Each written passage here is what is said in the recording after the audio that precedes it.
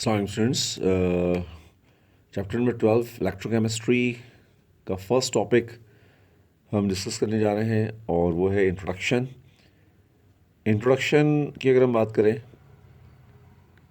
तो electrochemistry basically chemistry की एक ब्रांच है जिसमें हम ये डिस्कस करते हैं कि इलेक्ट्रिकल एनर्जी केमिकल एनर्जी के अंदर, यानी इलेक्ट्रिकल एनर्जी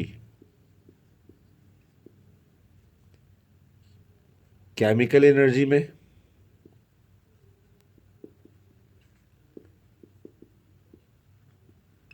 और केमिकल एनर्जी इलेक्ट्रिकल एनर्जी में कैसे कन्वर्ट होती है। यानी इलेक्ट्रोकेमिस्ट्री बेसिकली केमिस्ट्री की एक ब्रांच है जिसमें हम inter conversion of electrical energy into chemical energy को जो है वो डिस्कस करते हैं। In other words we can say that electrochemistry basically ये डील करती है कि किसी केमिकल रिएक्शन के दौरान किस तरह इलेक्ट्रिसिटी जनरेट हो सकती है और किस तरह इलेक्ट्रिसिटी पास करके किसी भी सब्सटेंस के अंदर इलेक्ट्रिकल चेंज या केमिकल चेंज लाया जा सकता है। So this is the whole about electrochemistry. Okay students, जब हम इलेक्ट्रोकेमिस्ट्री की बात करते हैं तो दो चीज़ें हमारे सामने आती हैं, एक ऑक्सीडेशन और एक रिडक्शन। तो इस टॉपिक में हम ये डिस्कस करेंगे कि ऑक्सीडेशन और रिडक्शन में बेसिक फ़र्क क्या है। तो याद रखिएगा, ऑक्सीडेशन जो है वो बेसिकली है लॉस ऑफ इलेक्ट्रॉन, यानी अगर किसी जगह से किसी सिस्टम से इलेक्ट्रॉन रिमूव होता हुआ दिखाई दे रहा है तो उस प्रोसेस को हम नाम दे देंगे ऑक्सीडेशन। ठीक है, फॉर एग्जांपल हम देख रहे हैं कि सोडियम हमारे पास एक एटम है जिसके फर्स्ट शेल में 2 इलेक्ट्रॉन, 8 इलेक्ट्रॉन और 1 इलेक्ट्रॉन है।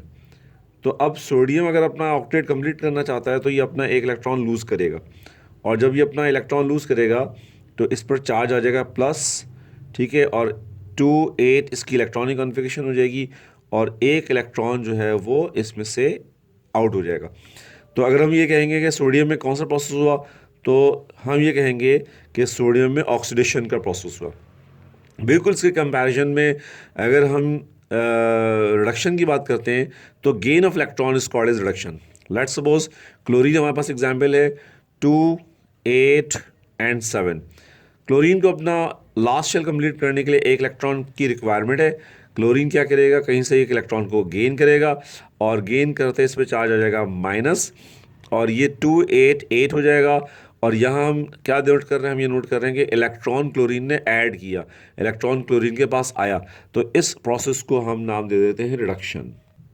ओके स्टूडेंट, सेकंड डिफरेंस ये है कि अगर किसी सब्सटेंस में हम ये नोट कर रहे हैं कि ऑक्सीजन जो है वो ऐड हो रही है, ऑक्सीजन जो है वो जमा हो रही है, तो addition of oxygen is also called as oxidation. For example aluminium है, अब सपोज करते हैं कि हम एल्यूमिनियम का रिएक्शन कराते हैं ऑक्सीजन के साथ, और ऑक्सीजन जो है वो एल्यूमिनियम के साथ आकर अटैच हो जाती है और कंपाउंड बनता है Al2O3। ठीक है, तो Al2O3 की जो फॉर्मेशन हो रही है, ये जो प्रोसेस है ये हमारे पास ऑक्सीडेशन जो है वो कहलाएगा, क्योंकि हम ये नोट कर रहे हैं कि एल्यूमिनियम में ऑक्सीजन जो है वो ऐड अप हो गया। तो ऑक्सीजन का ऐड हो जाना किसी सब्सटेंस के अंदर ऑक्सीडेशन कहलाता है। ठीक है, और बिल्कुल कंपैरिजन में किसी सब्सटेंस से अगर ऑक्सीजन रिमूव हो रही है, फॉर एग्जांपल कॉपर ऑक्साइड हमारे पास एक एलिमेंट, एक कंपाउंड है, और हम ये नोट कर रहे हैं कि कॉपर ऑक्साइड कन्वर्ट हो रहा है कॉपर के अंदर, और इस दौरान जो है वो ऑक्सीजन गैस जो है वो लिबरेट हो रही है, तो इस प्रोसेस को हम रिडक्शन का नाम देंगे। यानी ऑक्सीजन का जमा हो जाना ऑक्सीडेशन और ऑक्सीजन का निकल जाना रिडक्शन कहलाता है।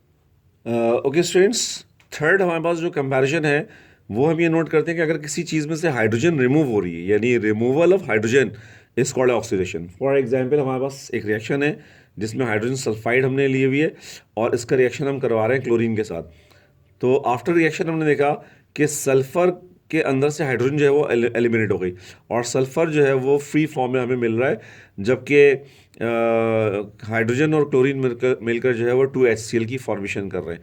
तो यहाँ अगर हम गौर करें तो हाइड्रोजन सल्फाइड के अंदर जो है वो ऑक्सीडेशन का प्रोसेस हुआ, क्योंकि हाइड्रोजन सल्फाइड में से हाइड्रोजन जो है वो अलहदा हो गई। तो हाइड्रोजन का निकल जाना ऑक्सीडेशन कहलाता है। बिल्कुल इसी तरह हाइड्रोजन का जमा हो जाना, मिसाल के तौर पर आपके पास एक कंपाउंड है ईथीन, ठीक है, ईथीन आपके पास कंपाउंड है।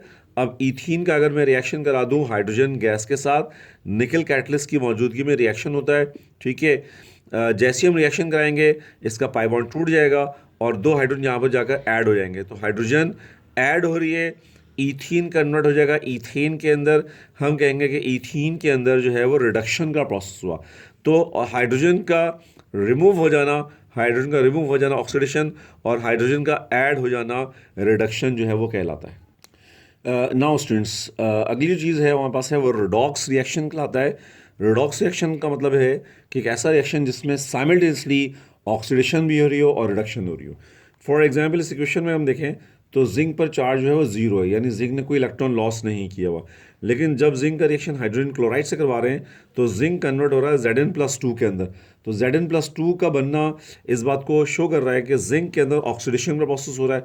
जबकि अगर हाइड्रोजन को देखें तो हाइड्रोजन में +1 चार्ज है और हाइड्रोजन जो है वो आफ्टर रिएक्शन ज़ीरो चार्ज में कन्वर्ट हो रहा है। इसका प्लस चार्ज कम हो रहा है, यानी इसके पास इलेक्ट्रॉन आ रहे होंगे, इलेक्ट्रॉन आने की वजह से इसका चार्ज जो है वो ज़ीरो हो रहा होगा। इसका मतलब है हाइड्रोजन के अंदर रिडक्शन हुई। तो ऐसा रिएक्शन जिसमें एक सब्सटेंस के अंदर रिडक्शन हो रही हो और एक सब्सटेंस के अंदर ऑक्सीडेशन हो रही हो, ऐसे रिएक्शंस को रिडॉक्स रिएक्शंस के नाम से पहचानते हैं।